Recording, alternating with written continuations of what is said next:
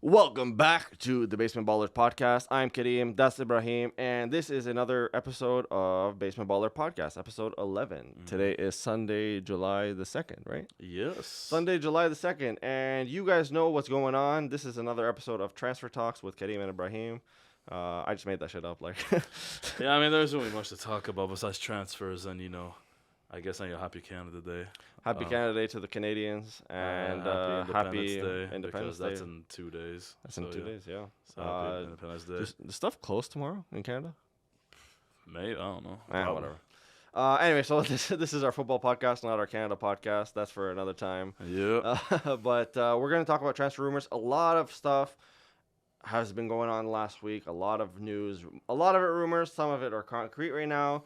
But we're going to start off with Premier League because that is, generally our bread and butter of the footballing world. That's the bread and butter of the footballing world. And you guys know me. I'm a Liverpool fan, so we're going to start off with Liverpool news this week. And in fact, today, I'm pretty sure LFC has confirmed the signing of a new midfielder, Dominic Szoboszlai, who has come through. Hungary guy from RB Leipzig, signed him for, 75 mil? 70 mil? Yeah, 70. Around 70 mil.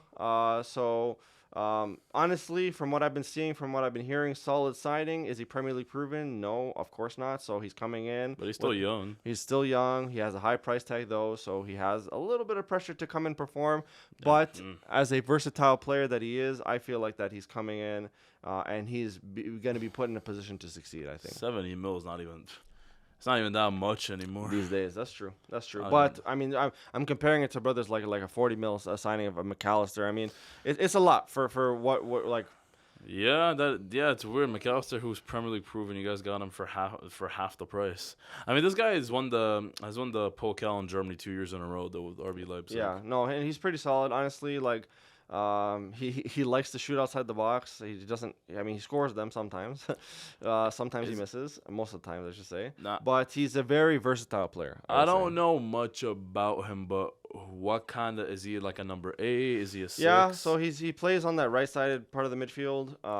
Kind of in line with Mo Salah, I would say. So he had the Hendo kind of role. So yeah, he'd be like the either play where Henderson plays or even play where Thiago plays. He's kind of because now your midfield 3 now would be for the moment would be I'm assuming Fabinho, McAllister, and Szoboszlai. Yeah, exactly. So for now, I mean, assuming that Jordan Henderson is going to be benched for most of the season, which I would say that he is because you don't make a 70 million signing and you can keep the brother on the bench. So he's assumingly he's coming to replace Hendo. Who's going to be playing a more leadership role this season, and like rightfully so, given that Hendo didn't have an amazing season last year, and this is the kind of new, fresh talent that you kind of need. And he's also, again, because of his versatility, he can fill in another role that we've been looking for, and somebody to replace Mo Salah when he needs a break or when he whatever. So that's really beneficial for us to give that brother a little bit of a break. And overall, yeah, just like a really solid talent. But I hate hyping it up before shit goes down. We're gonna wait to see what he does, but it's a good signing. I would say honestly, it came out of left field for sure. I was not expecting that, but definitely great for Liverpool. Now, but the squad itself now, because your best 11 will be what? So Robbo to the left. I'm assuming Konate, Van Dijk defense. Were you guys going to still be playing Trent right back? I think you guys should probably get a new right back. So that's what I'm saying. So right now, there's still talks of Liverpool getting another midfielder, which I do support, but only in the scenario where we still have intention to buy a defender or two. Because I don't want us to put all our money on midfielders when to be honest, I would move Trent into the midfield next season and just buy a new right back. If I'm you guys, I'm buying 2 right backs, another midfielder, and I'm buying a right winger because you can't have one because how do you say his name again? Szoboszlai? Yeah. Szoboszlai basically comes in to fill a position where you guys really need midfield. You can't afford to basically put him on the right just because Salah is injured, for example. Mm-hmm. So you guys do need to get a backup right winger. Yeah. If Trent moves to midfield, you guys will need to get 2 right backs, a starter and a bench player. And then you guys still need another midfielder because you guys need a DM. Fabinho's not going to cut at DM, I don't think. You guys still need to get a DM. Yeah, exactly. So basically right now, you had mentioned in personal talks, we were talking about this, how one DM that's been kind of coming up into conversation for Arsenal was Lavia from Southampton. You guys are linked to him as well. Exactly. So both teams, Arsenal and Liverpool, are linked. Both teams have been showing quite a lot of interest in him, and so he is the kind of guy For those who follow me on TikTok and follow us on TikTok, I should say, I made a video about this, but just to like kind of summarize, he is more of a pure DM. Okay? He is, but he's still young. He's like 18. He's 19. Yeah, the thing he shouldn't be your starting exactly. DM. So he's the kind of brother you bring in when Fabinho's not having a good time. Like, if you keep Fabinho one more year, because he could probably serve you. If you get a good midfield around Fabinho, he could still be decent. Yeah. And then he mentors Lavia, and then Lavia in like a year or two comes and takes it. But like to come in as a starter, no. He's not going to do that, especially because he's probably commanding, I'd say, around 25-30 mil. Oh, no, brother. Fabrizio said 50. 50. Apparently, that's why Arsenal and Liverpool are hesitating on signing him right now, because they both really want him, but the 50 million price tag. I mean, for a dude who's still 19 and they got relegated, I think 50 mil is a bit too much. It is. Well, that's why I'm surprised, because I guess maybe like my sources are just a little messed up these days. Bro, Elon Musk been imposing too many rules on Twitter. He's sending all dickhead. But so I mean, 50 mil is a big price tag, but despite that, I think Thuram would command even more. So that's like obviously FSG. We know how cheap they can be. We got to see who they're willing to. But the one thing I would say, bro, is that Thuram is less of a natural DM than Lavia is, right? Like Thuram, I would say is more like he's diverse. Like he can play the 6, but he's more like these days an 8. You say FSG is cheap, but you guys haven't really sold anyone. But they've still spanked 100 mil so far. And keep in mind, the transfer window officially opened yesterday, I believe. Yeah. Like officially opened yesterday. Yeah. So like you guys pretty much are getting all these deals done really basically when before the transfer window opened. And also top of the fact that you guys are getting your main area where you guys need to invest was midfield. You've already gotten 2 decent midfielders, and it's not even preseason yet. So I mean, they haven't sold any I'm pretty sure Carvalho is going loaned out to Leipzig.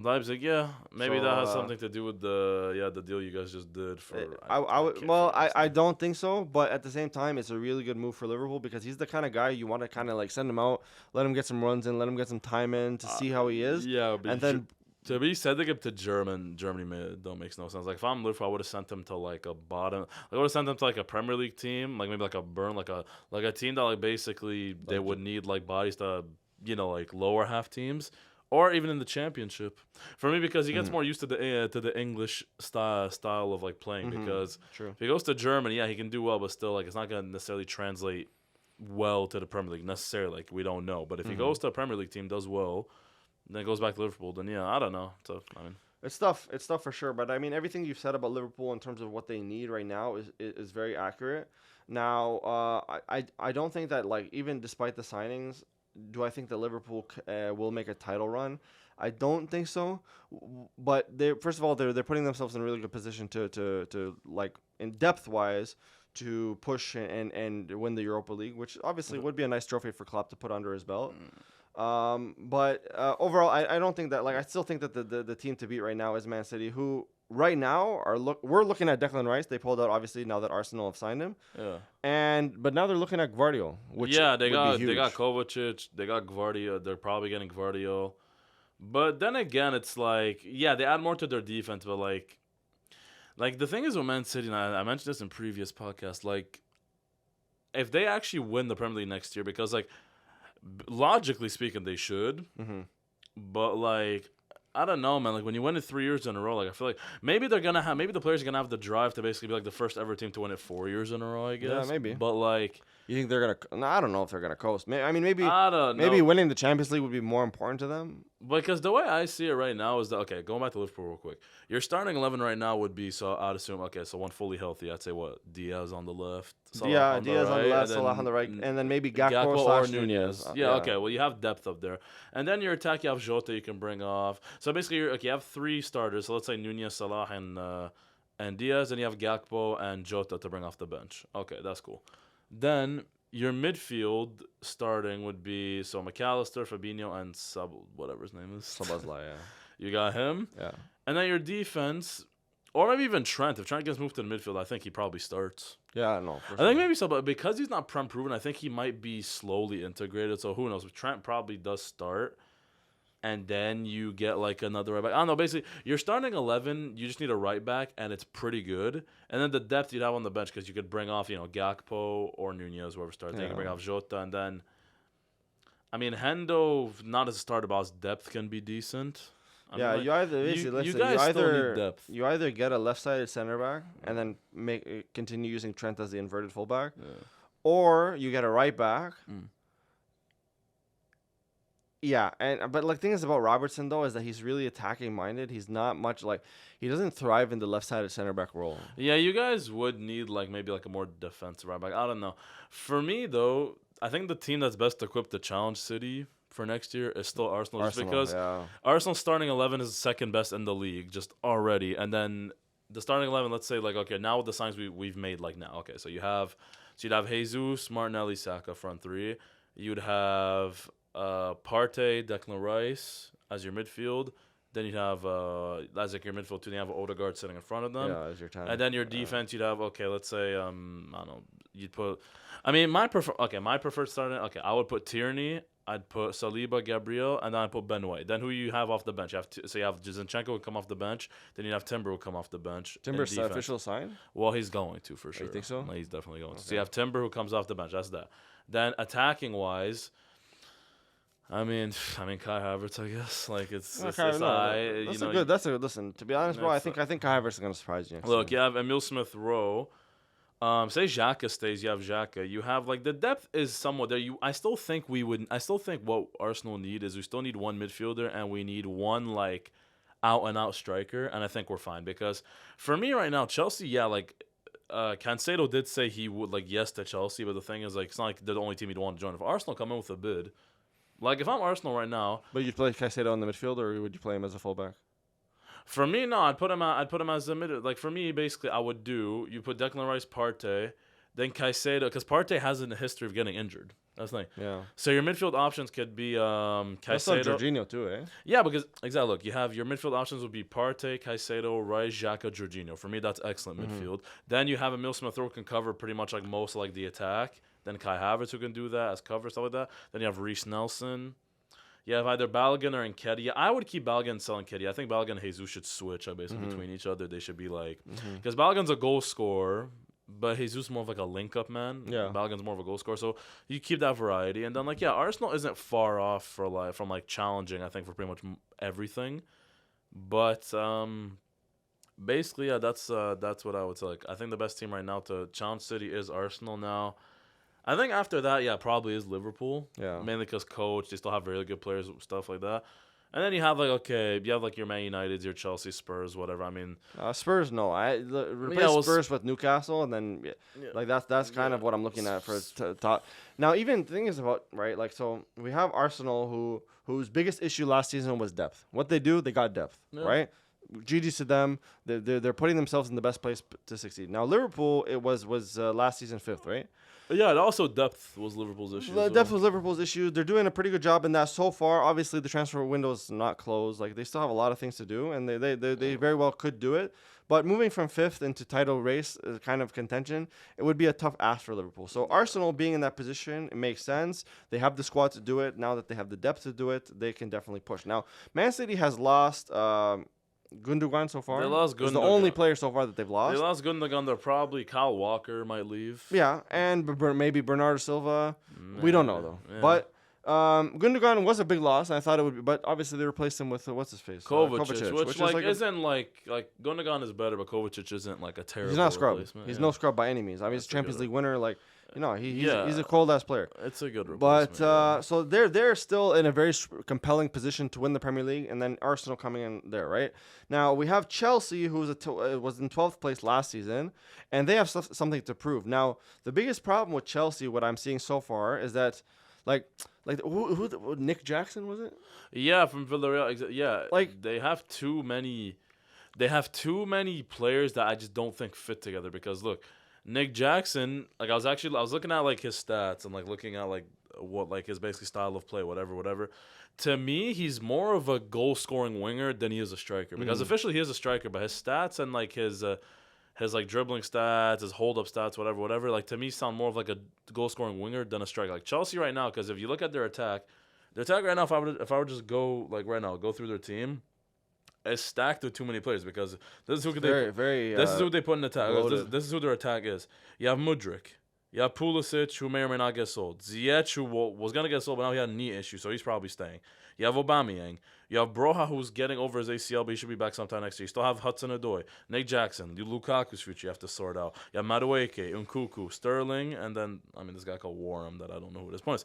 That's 1, 2, 3, 4, 5, 6, 7, 8, 9, 10, 11 attackers. 11 attackers, and you just lost Koulibaly, who obviously, mind you, did not play great last season. But you should be looking at replacing, having a replacement for him. They're still talking about Kane for whatever reason. No, Kane's no. For me right now, Chelsea is too.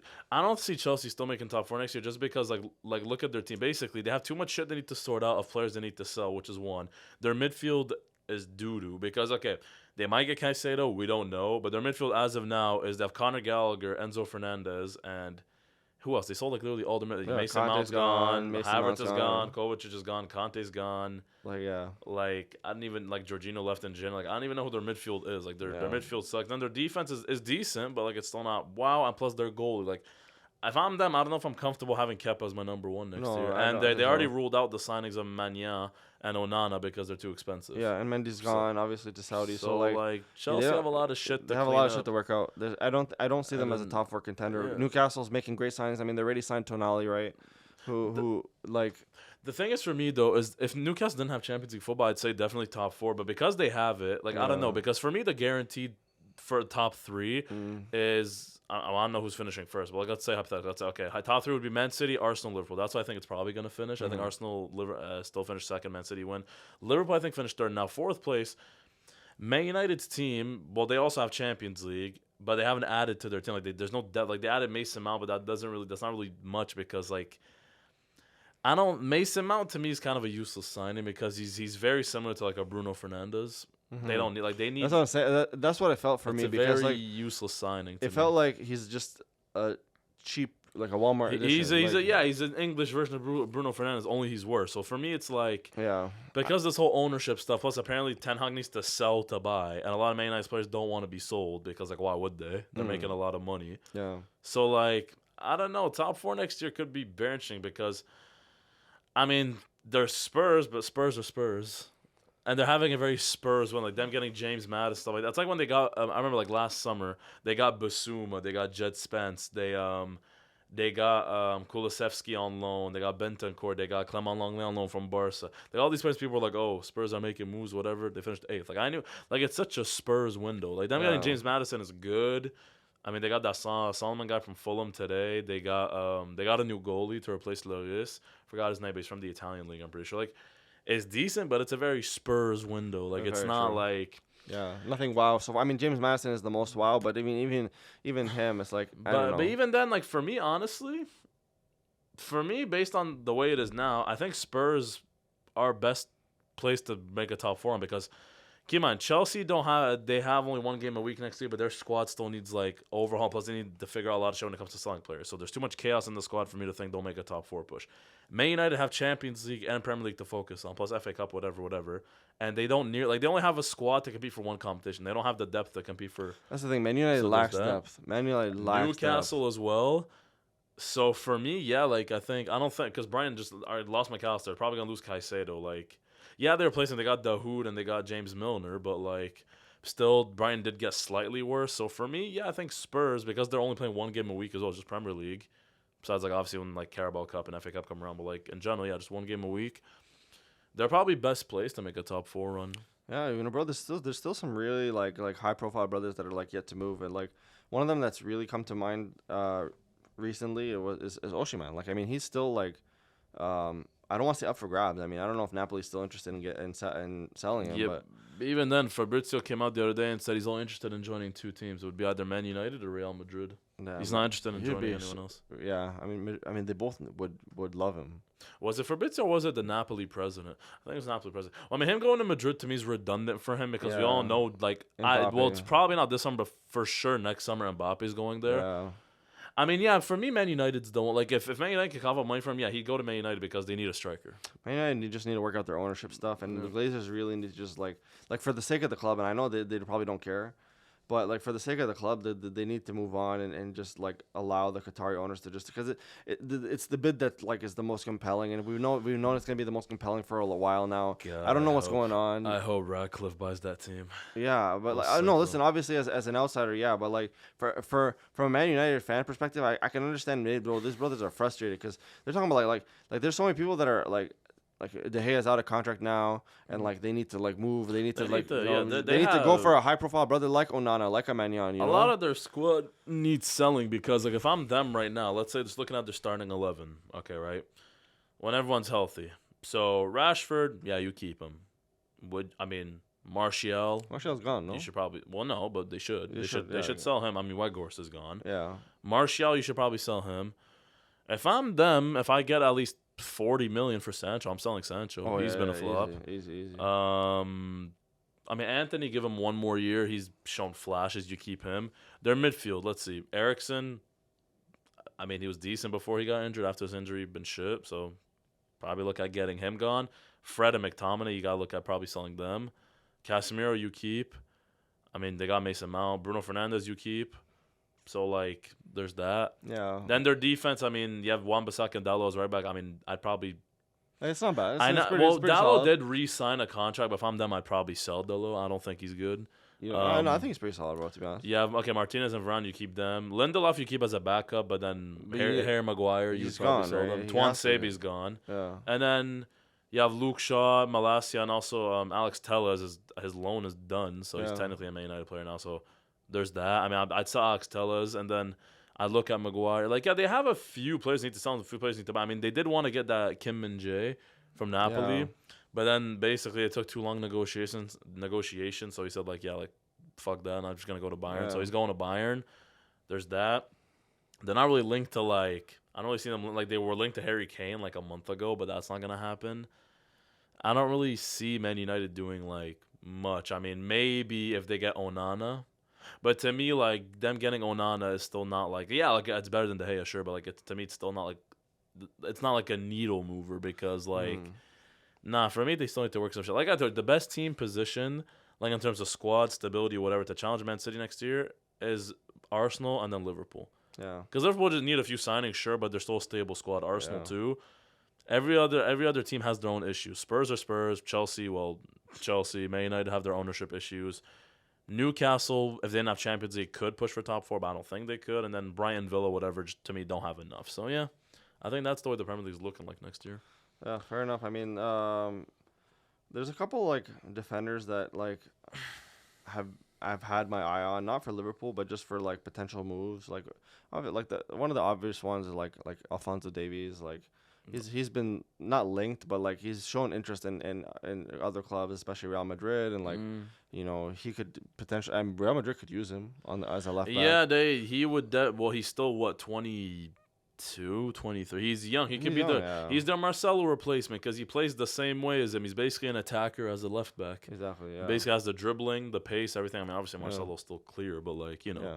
No, I mean, Marcelo's one of the best left backs ever. Like, oh no, he's the best. You think so? Yeah, he's better than Roberto Carlos. I mean, bro, yeah, like he's amazing. He was amazing. But like, and then, like, I mean, I know you've expressed your opinion previously about, like, how you don't rate Upamecano, but I mean, that brother maybe, like, be looking to, like, get out of Bayern. Yeah, but I don't know. To his style of play, to me, doesn't suit.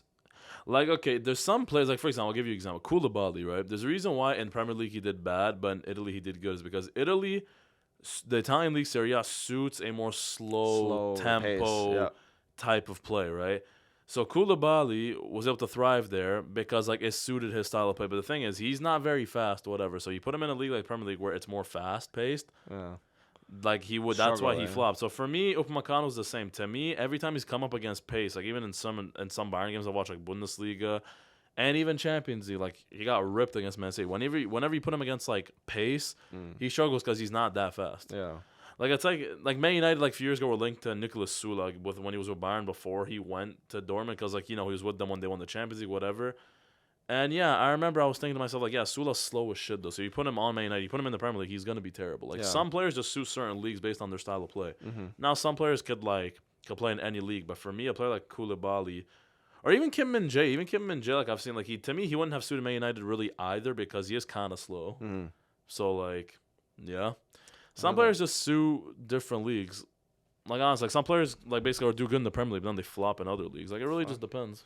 That's true. All right, so it's time to move on outside of the Premier League. Yeah, speaking. But I mean, actually, let's talk about like one last thing, and that's being so last season. I think like the two major like dark horses in the Premier League were Brighton and Aston Villa. Do you foresee them doing anything like of any significance in the next season? That'll be our question of the day. So like, do you think that like Brighton, a team like Brighton, even though like today, if their squad remains the same plus a few changes, do you think that they would be a compelling like top 5, top 6? Let's see. Or even No, Villa? Brighton. Okay, like, you know what? Actually, if I can answer, I'll give you my top 10 right now. I'm going to give you like my top 10. Give me your top 10. My top 10 as of right now would be Man City, Arsenal, Liverpool, Spurs. Really? You're putting Spurs at 4? Yeah, I'm going to go Spurs at 4. Okay. Spurs, Man United, Brighton. That's not Brighton. No, sorry, Man United 5th. Man United 5th. Newcastle 6th. Villa 7th. Brighton 8th. I'm going to go Chelsea 9th, and then I'll go Burnley 10th. Okay. I think for me, that's top 10. For me, Chelsea still have too much shit to sort out for them to actually push top 4. Even though they're playing one game a week, I still think they have too much stuff to sort out. Villa are good, but since they have Conference League, which they're going to take seriously, because first of all, they haven't been in a European competition in a long time. Second of all, they have Emery, and Emery's like he's a specialist when it comes to cup competitions. So they're definitely taking that seriously. But they've made some smart signings. Look, they got Tielemans on a free, I believe. They got Pau Torres now from Villarreal, so like that bolsters the defense. So like Villa can push to me they finished. I think they did finish 7th last year. Yeah, I think they're gonna finish same position. I think they're gonna finish top 7, top 8 for sure. So yeah, I think for me, Brighton and Villa. I think it's gonna be relatively the same because to me, Brighton got slightly say they keep Caicedo, then they got slightly better. If they sell him though, they got slightly worse. I think more than. And my assumption is that they're gonna sell Caicedo. So to me, they got worse than last year. So naturally, I don't think they're gonna. They finished, I think, 6th this Premier League season. They finished. Yes, exactly, right behind Liverpool. So they finished 6th, exactly. So for me, Brighton finish probably I think they finished like 8th. So like I said, to go again. So Man City, Arsenal, Liverpool, Spurs, Man United, Newcastle 6th, Villa 7th, Brighton 8th, Chelsea 9th, and then Burnley 10th. Yeah, exactly. So I think Brighton finished 2 positions lower. I think Villa stayed the same. I think Man United drop out of top 4. So to answer your question today, I think. You don't think that they're basically going to be making any sort of significant change based on last season? No, because also you got to keep in mind they're in the Europa League, aren't they? Brighton, yeah. Yeah, they're in the Europa League, so there's also that. But I mean, Brighton, ever since they've been in the Premier League, I can't doubt them. They do have their style of play. They have they always punch above their weight. So to me, Brighton are good. Yeah, so this will be my top 10, I think. Okay, so I'm gonna go out on a win just because I'm so sick of seeing Man City win. I'm gonna put Arsenal 1, Okay. City 2, 3 Liverpool, 4 Newcastle, 5 United, 6 I'll put Villa. You're putting Villa, man. Spurs. You haven't even put Spurs. No, I'll put Spurs at 7. Really? Okay. I'll put Chelsea. Actually, no. I'll put Chelsea 7. I'll put Spurs 8. 9. I'll put that's a tough one. 9. You haven't put Brighton, have you? Well, that's true. 9. Yeah, I'll put Brighton. I'll put Brighton 9 because I think that they do end up losing a couple more brothers and they do get a bit worse. 9 Brighton and then 10 maybe. I think Burnley. You think Burnley? Yeah. I'll say I'll throw a wild one. I'll say Fulham. 10. So that's mine. Let me know what you guys. That'll be our question of the day. Who do you think? Give us your top 10 Premier League standing next season. Let us know what you think. Let us know why you think that. And now we're gonna switch over to La Liga because there's obviously there's a few major topics and a lot of them are surrounding PSG and potential sort of movement around that area. So. First, let's talk about the elephant in the room, that being Kylian Mbappe. So, I want to say last week's podcast, we did talk about it a little bit because the big news dropped where we said, essentially, Mbappe was looking to move. He was not going to sign a renewal. It wasn't last week, but it was a couple weeks ago. But, we talked about it on last week's podcast. And that, obviously, for obvious reasons, teams are interested. Now, the major reason was because, obviously, if you're not going to sign a renewal, that means in a year, Mbappe would be leaving for free. So a lot of us were speculating that he would be sold this season, right? And the biggest target, the most obvious target to us, was Real Madrid, right? Yeah, apparently though, well, according to Fabrizio, anyways, it's still not like dead. Like he still could maybe go, but according to sources close to Madrid itself, they say the signing is dead. Is dead for this summer. For this summer, it's like for this summer it's dead because basically they already went out and spent 100 mil on Bellingham.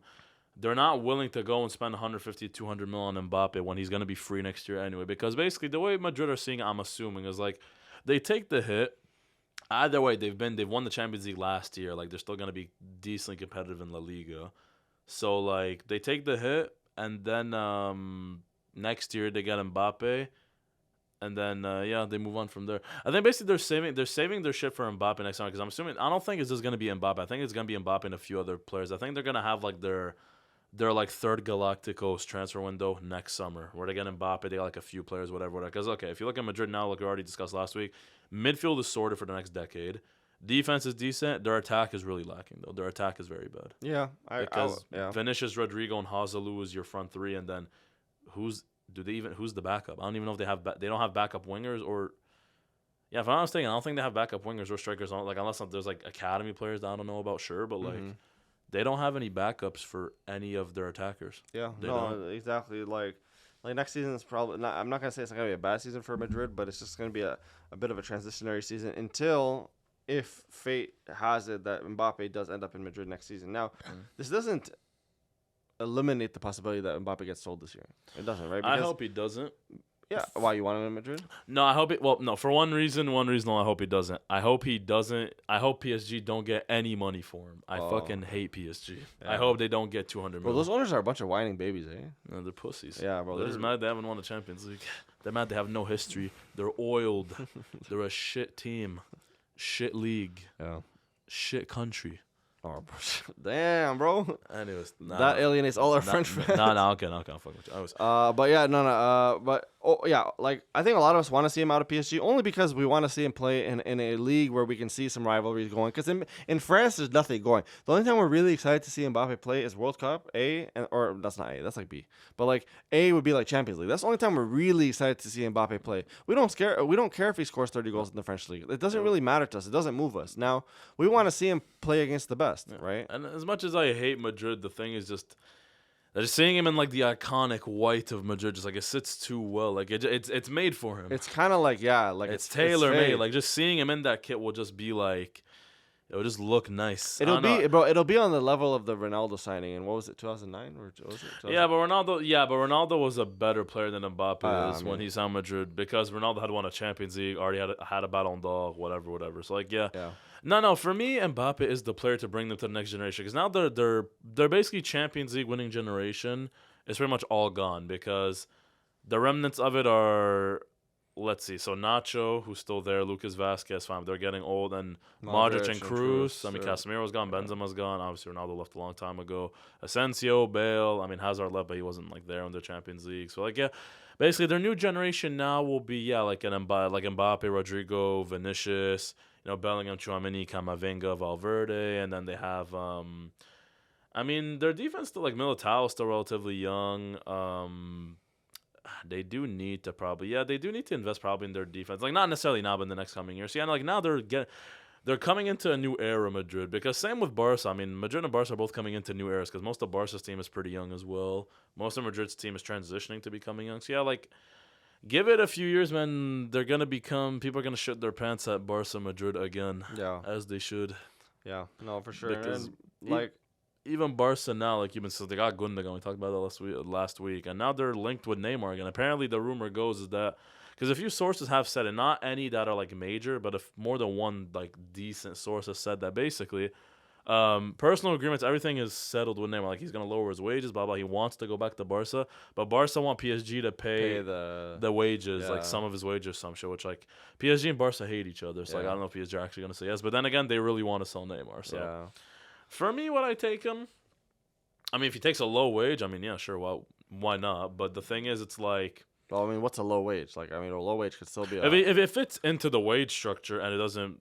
Destroy like the club financially. Yeah, I take him because I feel like when he actually at Barca, he will try again. I don't think he's been trying at all at PSG, to be honest. Like I think I feel like his passion. His passion's gone. Exactly. Like you feel like whenever where do you see Neymar most passionate when he plays football? When he plays for Brazil. Brazil, yeah. Right. And the only other time that you see something comparable was when he was with Barca. With PSG, he's just.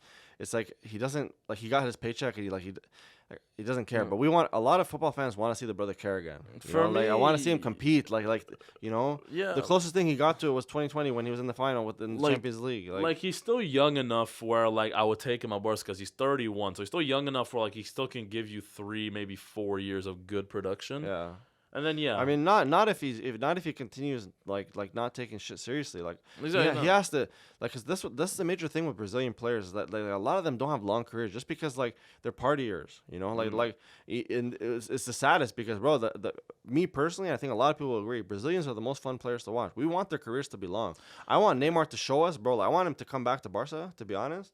And show us, like, bro, like, y'all been talking shit. Watch what I'm about to do. Yeah, but I don't blame them. Think of it. Most Brazilian players, come from hella poverty. So when they have all that money, I don't blame them for wanting to basically live life. I don't blame it. Like, honestly. They're fun people. Like, I can't knock it. That's the thing. Like, they're like, known to just be a fun people. I can't think of any Brazilian player, actually, who was still good by the time they hit, like, 33, 34. Fox. Because, like, Ronaldinho was washed pretty much at, like, 30. Bro, Fabinho's watched at what, 29? Yeah, Fabinho's like there's that. I mean, like Neymar, like he's not washed, but he's still not nearly what he was, and he's still only 31. I mean, even Kaká was pretty much washed by the time he hit like 31, 32.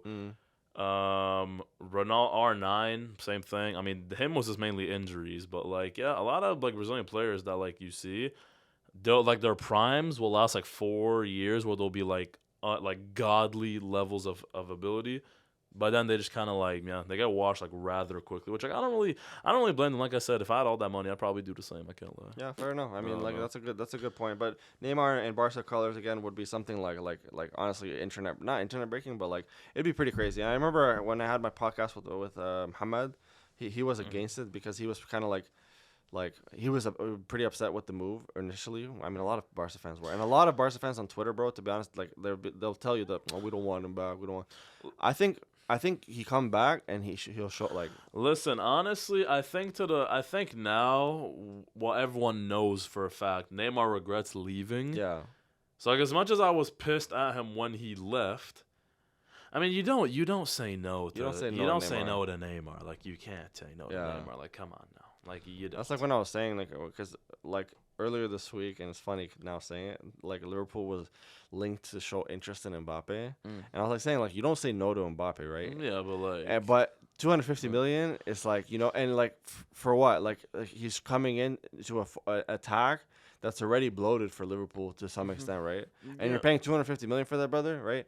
But again, do you say no to a player like him? No. Do you say no to a player like Neymar? You don't. But the thing is, the only reason, like, okay, for me, like, if Neymar's coming out saying, "Oh, I want like these wages," like he's basically making like hella demands. Like, I want like good, like I want like high wages. I want to be undisputed start. I want to be like. If he was being a prick about it, like he's being like if he's being demanding about it, it's kind of like okay, well, piss off. The fact that he's basically he's willing to like lower his salary by a lot. Basically, he's doing anything he can to come back to Barca. To me, it's like okay, well. Yeah, what you did was a snake move, but, like, fine. Like, at least he's remorseful about it. Yeah, come back. Because, like I said, based on ability and shit, like, Neymar would be our best left winger since Neymar. Yeah. Since we sold him. Yeah. He gets our left wing spot. He gets injured. Him and, because, yeah, like I said, our starting would be, I'm assuming, so, like, you could put Dembele right or no, actually no, sorry. Like me, ideally, what you could do is that Dembele and Neymar, because like none of them are necessarily reliable when it comes to fitness, they interchange with each other on the left. You have Rafinha, and then you also still have Ansu Fati, who's there. There's him. You'd have Lewandowski and that guy Roque that we're probably gonna sign. He's fucking good. And on the right, you have Ferran Torres and Rafinha. The attack is decent. Like that's a very good attack. Then who was that one midfielder that you guys were linked to? So yeah, there was Gundogan, and then which one? We've been linked to like a bunch. The young brother from Turkey. Oh yeah, Arda Turan, I think is his name. Let me check. His name's Arda Turan, I think. Let me see. Or that Guler. No, Turan. Fuck, I'm gonna get, yeah, Turan. He was with Barca years ago. Yeah, Guler, yeah. Yeah. Yeah, but he's still young. Like, we get him. He's not going to be a starter. not But, like, starting, yeah, yeah. no, we get... Yeah, no, Barca's team right now, honestly. Looking kind of sexy, bro. Yes, that's good. Man. Yeah, That's good. it's looking kind of nice. Like, for me, yeah, that's... We need prime Barca, prime Real back. Yeah, man, the game's dead. We talked about this last week. The Premier League... Like, basically, think of it like this. Aston Villa, who... Okay, besides last year, no disrespect, it's fucking Aston Villa, are able to poach Pau Torres, a Spain international, with a team Villarreal who tend to finish pretty, like, at least in the top 5, top 6 most years. And they're able to poach him just like that from Spain. Like, that's the thing, bro. Now, the Spanish, like, re-elections are coming up for, like, the president of the league are coming up by the end of this year. Javier Tebas, this fucker better not get re-elected. He better get kicked out because now, like, every league except Premier League, like we talked about last year, is suffering. The Italian league is suffering. Germany's been shit for a while. Spain's been shit for the last, like, 3-4 years. And, I mean, France is, France. France is France. Like, you can't keep this got an agenda. Because it gets boring. Like, we talked about not wanting a Super League, and then the Premier League's basically becoming the Super League. Like, it's boring. I feel you. Like, it's trash, but yeah. Listen, Neymar coming back to the league would be huge. It's something that I think La Liga needs, and I want him out of PSG just as much as you do. Yeah. I mean, like we talked about him earlier, like a couple weeks ago, about Premier League possibilities. Now, do I think his style suits more of a Barca team? Of course. Yeah. He doesn't. He's more of a Barca player, and I think that he can come back and show him. Like, everyone's like there was questions about, like, is Neymar a Barca legend? Yeah, I saw this thing. It was so you had David Villa, Pedro, Neymar, and who was the fourth player? So, yeah, Neymar, Pedro, David Villa. I know exactly the post you're talking about. Who was the fourth player they mentioned? I don't know. Point is, for me, no. Neymar, to me, he was a legend. Like, here's the thing, because Neymar, to me, had, like, probably, 3 iconic moments, I'd say, for Barca. So, his first iconic moment, like, his main iconic moment was he was basically, like, he's the reason why we ended up doing the comeback against PSG and beating them. Mm-hmm. There was also that period of basically 2 months when, Messi was injured in 2016. He was injured for 2 months, and for those 8 or 9 games, Neymar put up 13 goals and 9 assists, I remember. Mm-hmm. Basically carried Barca to the league that year, because if it wasn't for him, Barca would have lost the league to Madrid that year. Mm-hmm. So there's that. And also just him being part of MSN. Like, they won the Champions League, won the treble, all that. Plus, he scored a goal in the finals, which, like that. Because he had, like, for the moments and stuff he did, you would consider him a legend. But first of all, he wasn't there. Like, the longevity is the maybe he wasn't there long enough. He was only there 4 years, plus the way he left. Yeah. So, like, I don't know. I'm not really sure. Would you say Suarez is a Barca legend? Oh, it's 100%, yeah. So I feel like if you say Suarez, then you got to say no, but like they're legends for the. I mean, no, but Suarez was with Barca for 7 years. Neymar was there for one. Suarez was there long enough. 2, Suarez, okay, we got a Champions League with him. We got multiple league titles with him. He won the Pichichi while he was in the same league as a prime Messi and Ronaldo. No, Suarez. No, to me, Suarez, 100. Because keep in mind, also Suarez is the 3rd highest goal scorer in Barca's history. There's Messi. And then after Messi, there's who's after Messi? It's you have Messi. Actually, is Messi? Hold up, maybe Suarez is actually 2nd. Let me check. Suarez is either 3 or 2. Let's see. Messi, Suarez is 2nd. Yeah. Who's behind him? Cesar Rodriguez. I never watched him.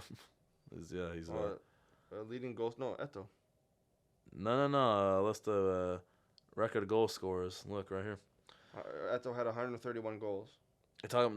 Suarez had like 200. Yeah. I was saying Eto'o's right behind Suarez. Oh, okay. Let me check. Hold up. So, Suarez. You had, Eto'o. Okay. Yeah. Is it Eto'o? Yeah. Okay. Yeah, but basically, Suarez to me, he's a legend. Neymar to me. That brother's underrated, huh? Look, he's good. But he shots a lot of shit, but he's good. But basically. If he said that he was better than Henry. Who? Eto'o. Eto'o said he was better than Henry? Yeah, he's not. Which I'm like, no. Like Henry for me is top 3 striker. All time? Yeah. Top 5. I don't know about top 3, top 5 though. Yeah. Depends who you would put as a striker. But like point is, Neymar to me, say Neymar stayed 1 or 2 more years and then left a Premier, didn't leave the way he did, and he left a Premier League team or whatever, then he would be a legend 100%. But the team he left to, the way he left, plus the fact that he was only there for 4 years, to me, he's like 80% on the way to being a legend, but basically, yeah, no, he's still not like a fully fledged like legend. But yeah. Yeah, well, I mean, listen, guys, let us know what you think. I think, like, based on what I've been reading on Twitter, a lot of you will are kind of on the fence about it. A lot of you saying no. If he comes back and he does his thing, will he then be called a legend? Let us know what you guys think. But that overall wraps it up for what we want to talk about today. Everything that we talked about, you guys already know. You guys can let us know what you think. We reply to your comments in the comment section. And all of our socials are downstairs. Not description. Are in the description, right? The word has... yeah, you can't talk. Yeah. But yeah, anyway, so that was our podcast for today, episode 11, Transfer Talks. Everything you guys need to know and want to follow is on Twitter, TikTok, Instagram, everything Basement Ballers. And live streams have started. So we're playing games. We're talking Transfer Talks. And we're going to be bringing a guest next week onto our live stream when we do the next episode 12. So let us know what you guys think. We love you guys for supporting the stream. We're going to keep it up, keep on talking about transfers. And then once leagues start up again, you guys know where to get your best content for football. It's here. Yeah. Yes, sir. Come on, guys. All right, guys. Give us a little follow, some likes, some positivity. Warms the heart. Yeah, shake your booty for... Nah, but anyway. Peace out, guys. Take care. Peace. Bye.